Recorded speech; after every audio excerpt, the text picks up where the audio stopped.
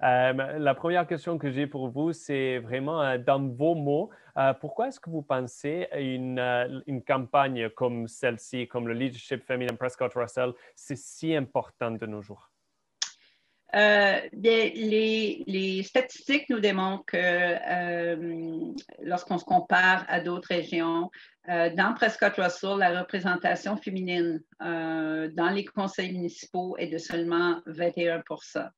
Et bien que la proportion démographique des femmes est de 51%, lorsqu'on parle de politique municipale, la représentation est seulement à 21%.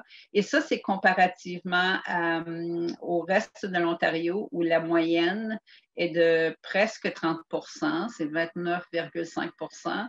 Et même lorsqu'on se compare au Québec où la représentation féminine est de 32%, alors beaucoup plus élevée.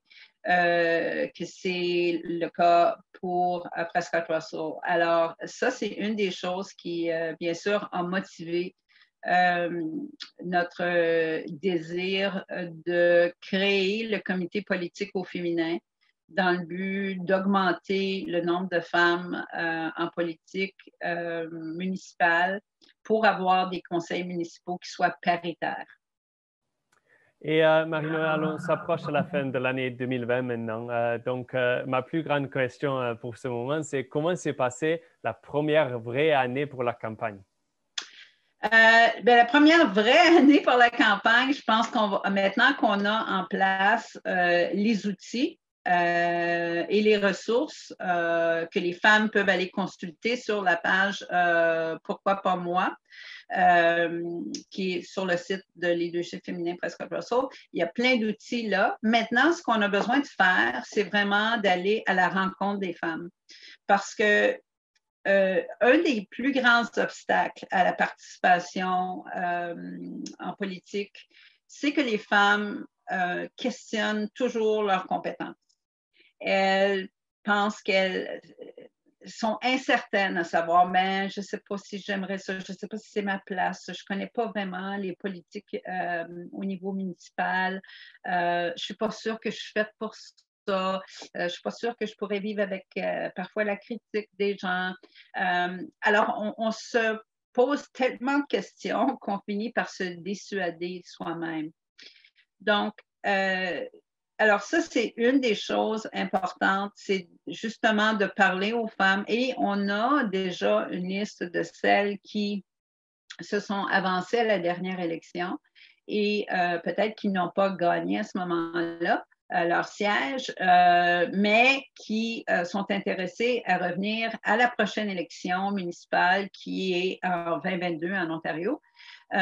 Donc, il y a un bassin de femmes déjà là. Et il y en a d'autres qui, à travers différentes conférences, différentes rencontres, avec qui on jase et qui auraient un intérêt, mais qui aimeraient en savoir un peu plus. Alors, on peut à ce moment-là les référer à notre site web. Et on espère, maintenant qu'on a un vaccin, que vers la fin de l'année 2021, on sera en mesure de pouvoir rencontrer physiquement ces femmes-là et peut-être avoir des mini-conférences, des 5 à 7, justement avec des leaders politiques en politique municipale et autres, à d'autres niveaux, pour venir rencontrer les femmes et justement parler de leur rôle et peut-être un peu démystifier ce que c'est qu'être en politique, particulièrement en politique municipale, parce que je pense que Madame la conseillère Chouanière, lorsqu'elle a amené la résolution à la dernière réunion de conseil de la cité de Clarence-Rockland, justement, parlait du fait que plusieurs pensent que, bon, mais au conseil municipal, on parle d'égouts, on parle d'eau, on parle de choses qui sont pas nécessairement des choses qui me tiennent à cœur. Mais ce n'est pas les seules choses desquelles on parle. On parle beaucoup. Faut reconnaître que ce qu'on fait au conseil municipal, c'est qu'on se préoccupe de la qualité de vie des citoyens. Et la qualité de vie des citoyens, oui, on veut que le robinet, lorsqu'on veut se brosser les dents le matin, quand on tourne le robinet, on veut avoir de l'eau et on veut qu'on ait des routes qui soient convenables. On veut un paquet de choses, mais on veut aussi avoir des opportunités de loisirs. On veut aussi s'assurer qu'on a un système de garderie qui est en place pour qu'on puisse aller au travail, que les femmes puissent travailler. Il y a plein de différents projets. Je parlais juste avant l'entrevue du projet de Courtepointe qu'on a fait dans la nation. Bien, ça, c'est une façon aussi de rassembler les femmes autour d'un projet et de leur permettre de se connaître et aussi peut-être un peu briser l'isolation ou l'isolement qu'on peut ressentir dans les communautés rurales. Donc, il y a plein de contributions que les femmes peuvent apporter et si elles ne sont pas à la table, cette perspective-là n'est pas présente.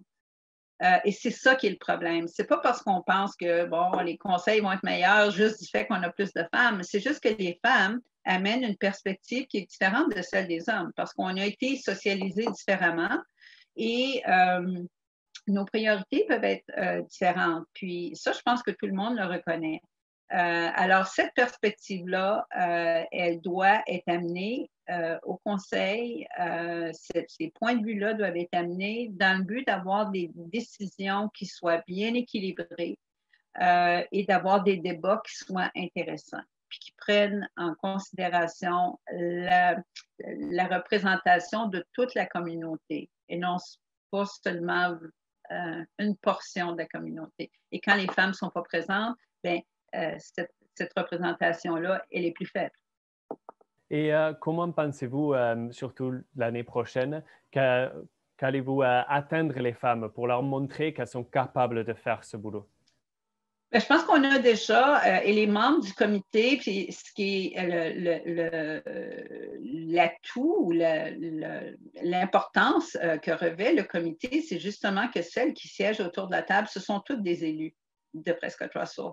Alors, chacune d'entre elles, dans sa propre municipalité,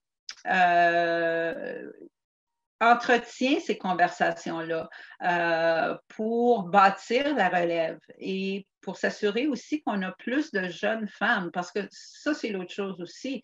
On manque de jeunes. On manque de jeunes en général sur les conseils municipaux en Ontario. Donc, on a besoin de jeunes femmes, mais souvent, à moins qu'il y ait un appui qui soit évident, c'est pas nécessairement pour elles quelque chose qu'elles pourront considérer. Mais vous savez, il faut d'abord leur demander. Je pense que pour certaines, dans mon cas, il y avait quelques personnes qui m'en avaient parlé ou qui avaient proposé, bien, ça ne t'intéresse pas.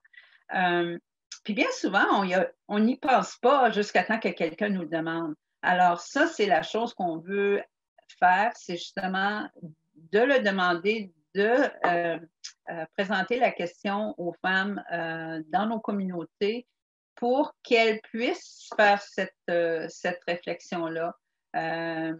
Puis vraiment considérer leur contribution, puis elles ont toutes quelque chose à contribuer.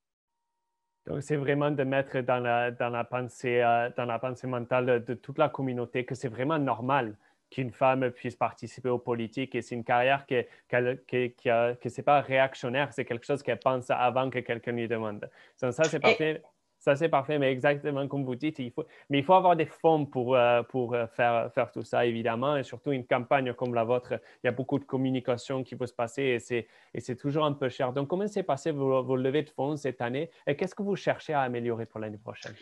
Bien, une des choses on a parlé du fait qu'on veut mousser davantage l'intérêt des femmes, mais aussi on doit sensibiliser le public à l'importance d'avoir des femmes parce que je pense à la dernière élection, particulièrement dans la ville d'Hawkesbury où on avait 6 femmes qui s'étaient présentées comme conseillères. Et certaines avaient vraiment là, des résumés vraiment très intéressants et très impressionnants, et aucune d'entre elles n'a été élue.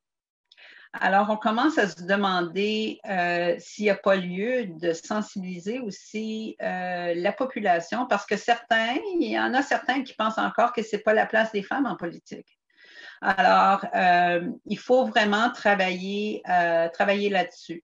Alors, ça, c'est une des choses qu'on se propose de faire en 2021. C'est peut-être justement de créer des petits vidéoclips de la part des élus de Prescott Russell pour justement amener ce message-là à la population en général. Pour que les femmes aussi puissent peut-être se reconnaître à travers d'autres femmes qui ne sont pas trop différentes d'elles, sauf le fait qu'elles ont décidé de s'intéresser à la politique municipale et de voir ce qui les a motivées, voir d'ailleurs sur la page de la campagne présentement, vous pouvez aller voir le comité politique au féminin, et pour chacune d'entre nous, nous avons répondu à ces questions-là. Qu'est-ce qui a motivé notre implication et quel serait le conseil qu'on donnerait aux personnes, aux femmes qui le considèrent. Alors, j'encourage les gens à aller jeter un coup d'œil, et ça, c'est dans le but aussi de permettre un rapprochement, qu'on nous connaisse un peu mieux, parce que autrement, c'est en jasant avec celles qui sont déjà en poste que les femmes vont pouvoir peut-être voir que c'est pas si sorcier que ça, là, la politique municipale, et qu'on peut vraiment faire une différence. Et c'est ça qui est important. C'est qu'on fait une différence, même si parfois la politique, il y a beaucoup de critiques, il y en a qui ont peur de s'impliquer. Je crois que c'est vraiment important de s'impliquer, et surtout en politique municipale, parce que c'est le gouvernement qui est le plus près de la population. Donc, c'est là où vous pouvez avoir vraiment plus d'impact au niveau des décisions dans vos communautés. Absolument. Il y a quelque chose que je voulais demander dans un des rapports de l'initiative que j'ai lu. Il y avait une phrase, c'était une cellule de développement, co-développement professionnel. Est-ce que vous pouvez nous expliquer, qu'est-ce que c'est? Et deux, il y avait, je crois que j'avais lu qu'il n'y avait pas assez de finances cette année pour créer ça. Donc, est-ce que vous allez chercher de créer quelque chose comme ça l'année prochaine? Oui, on veut tenter d'aller chercher du financement pour ça. Et une cellule de co-développement professionnel, c'est une approche à l'apprentissage. Alors, ce que ça permet, c'est que ça permet à un groupe de femmes, et dans ce cas-ci, on a fait un peu l'expérience à travers notre comité, parce que comme je vous l'expliquais, notre comité est composé d'élus. Alors, bien qu'à chaque réunion, on travaillait à l'avancement du projet vers la parité, il y avait toujours à la fin de la réunion du temps pour nous, entre nous, qui était un endroit, un safe space, comme on dit, où on pouvait échanger entre nous. Parce que si on se rappelle que des 8 municipalités de Prescott Russell, 5 des municipalités ont juste une femme à la table. Puis ça, souvent, ça peut, encore là, on peut se sentir parfois isolé. Puis c'est pas parce qu'on est maltraité, c'est pas ça le point, mais c'est que quand je parlais de la perspective tantôt qu'on veut amener, bien, quand on est la seule toujours à amener cette perspective-là, à un moment donné, ça devient lourd. Et lorsqu'on se rencontre avec d'autres conseillère ou une mairesse, on a la chance de peut-être échanger sur des points, que ce soit au niveau des procédures, que ce soit au niveau des approches, d'avoir cet échange-là. Parce que vous savez, il n'y a pas de cours pour devenir conseillère ou pour devenir maire d'une municipalité. C'est pas quelque chose qu'on apprend à l'école, c'est quelque chose qu'on apprend à y être. Donc, ces échanges-là peuvent être vraiment, vraiment bénéfiques parce que on a des conseillères, par exemple, comme Mme Chouanière, qui en est à son 3e mandat. Et on a d'autres personnes qui commencent, alors qui peuvent vraiment bénéficier de son expérience. On a le maire d'Hawkesbury, Mme Astley, qui est dans une position différente parce qu'on a juste une qui est maire, une position différente de nous, mais encore là aussi qui enrichit les échanges dans le groupe. Alors, la cellule de co-développement, c'est un peu ça.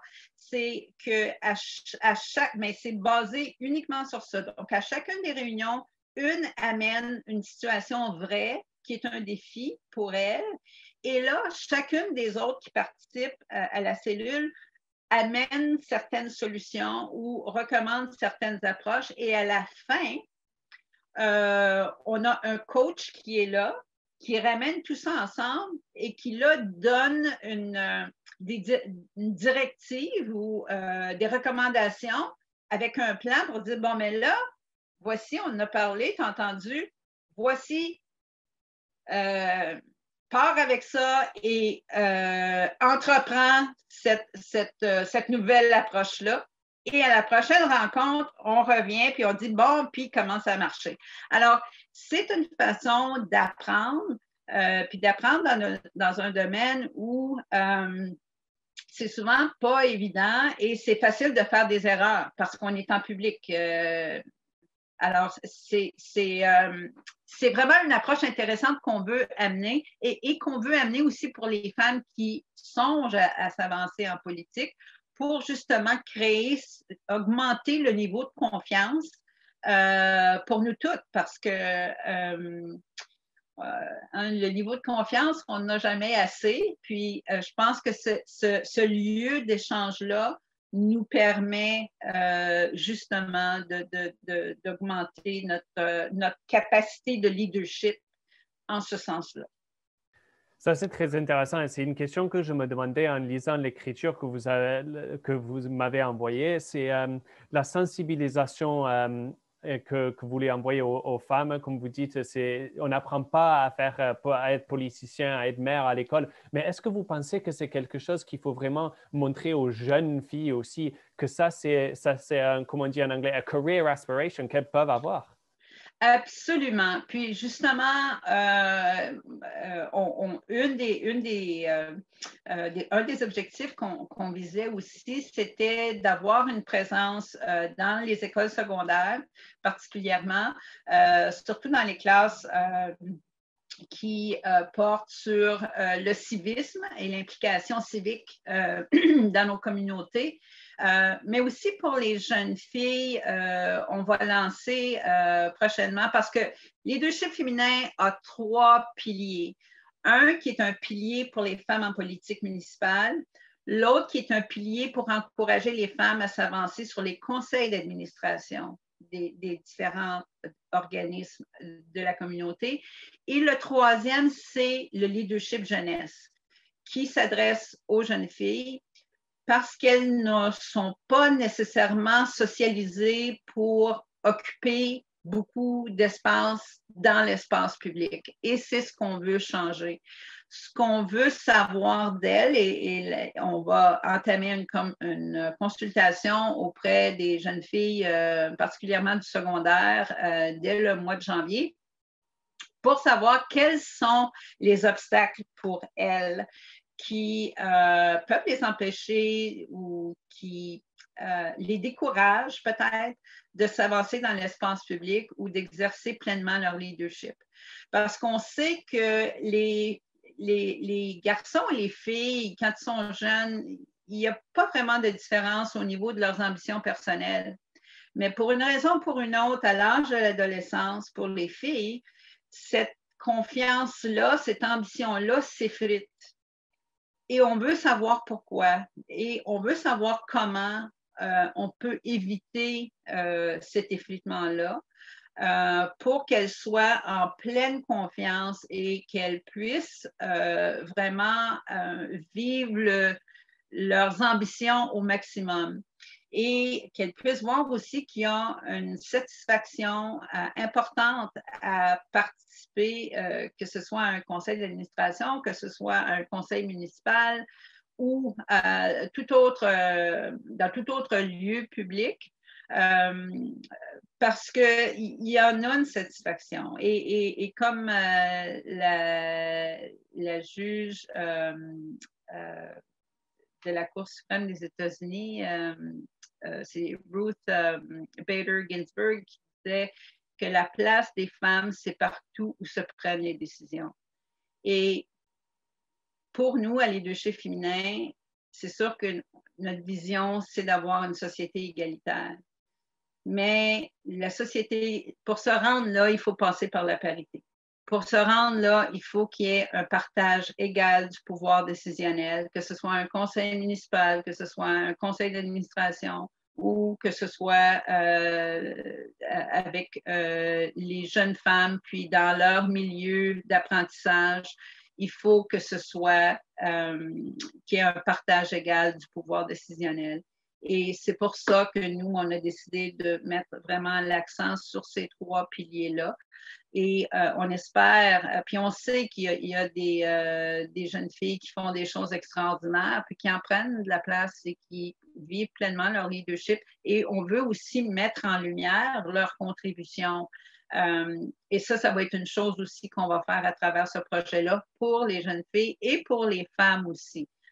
Parce qu'avec la présentation aussi des membres du conseil du comité politique au féminin, c'était aussi pour mettre en lumière les femmes qui sont présentes maintenant dans les lieux municipaux. Et on va faire la même chose avec le projet de gouvernance au féminin, à travers lequel on va justement encourager et former des femmes pour siéger sur des conseils d'administration. Oui, il y a plein de travail pour l'organisation à faire dans les prochaines années, évidemment. Alors, on a juste hâte d'avoir de l'argent. Exactement ça. Oui, non, pour retourner à une de tes questions, puis par rapport aux activités, parce que c'est sûr que faire des activités, bon, ça prend des sous. Donc, le comité politique au féminin, quand on est arrivé à la fin au fond de la banque, là, il ne restait plus d'argent, notre 12 500 $ qui était, entre autres, une contribution. On avait 5 000 $ de la FCM, de la Fédération canadienne des municipalités, un autre 5 000 $ des comptes unis et 2 500 $ de l'Association française des municipalités. Alors, ça nous a permis de faire nos activités dans la première année. Maintenant, pour 2021, on commençait avec un compte vide. Donc, on a demandé aux municipalités de bien vouloir contribuer chacune 1 000 $. Et c'est d'ailleurs la résolution qui a été apportée par la conseillère Chouanière lors de la dernière rencontre. Et chacune d'entre nous au comité, évidemment, a amené et discuté cette résolution-là autour de nos conseils respectifs.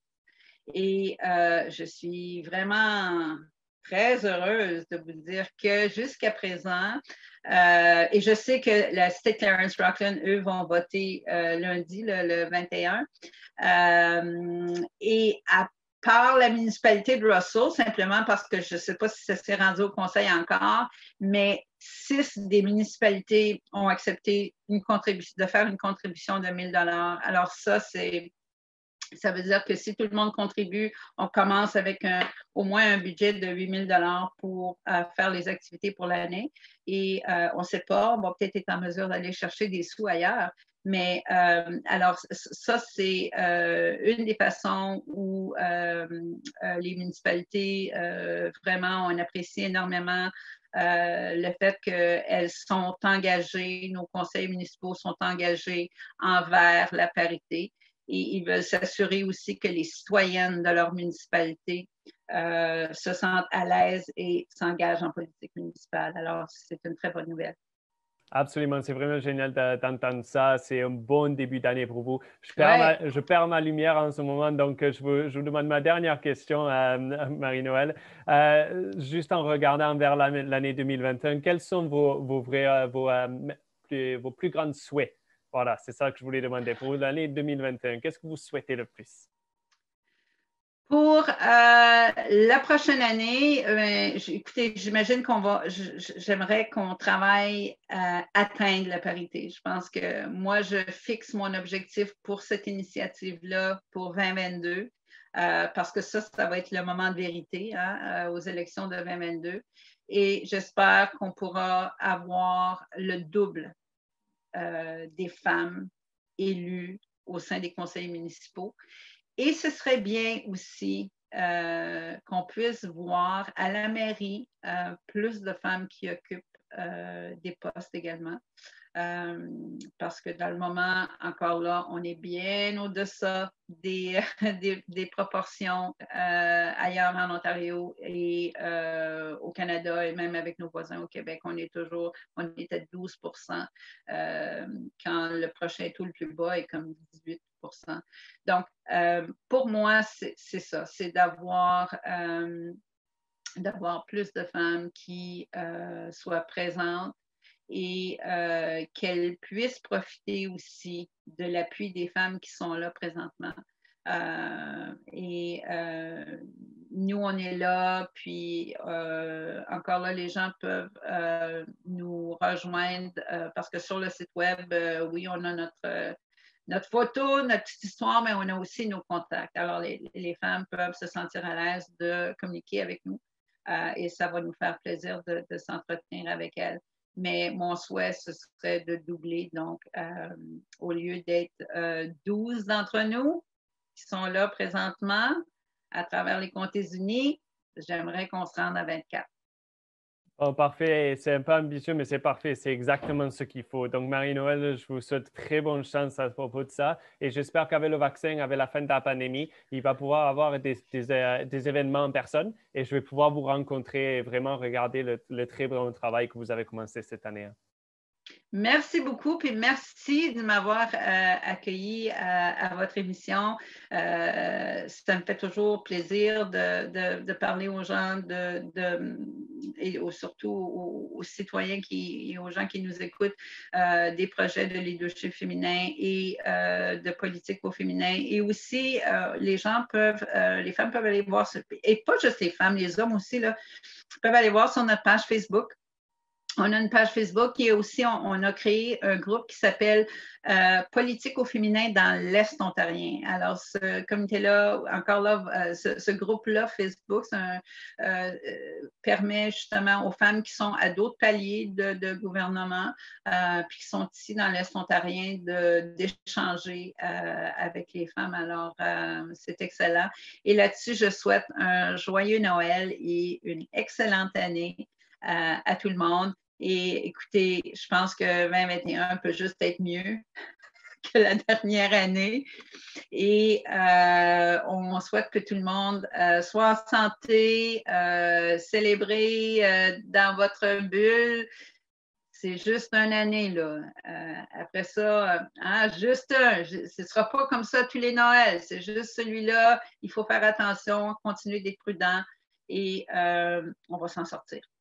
Marie-Noël, merci beaucoup. Joyeux Noël à vous aussi et on se parle bientôt. Hein? Merci. Bye bye.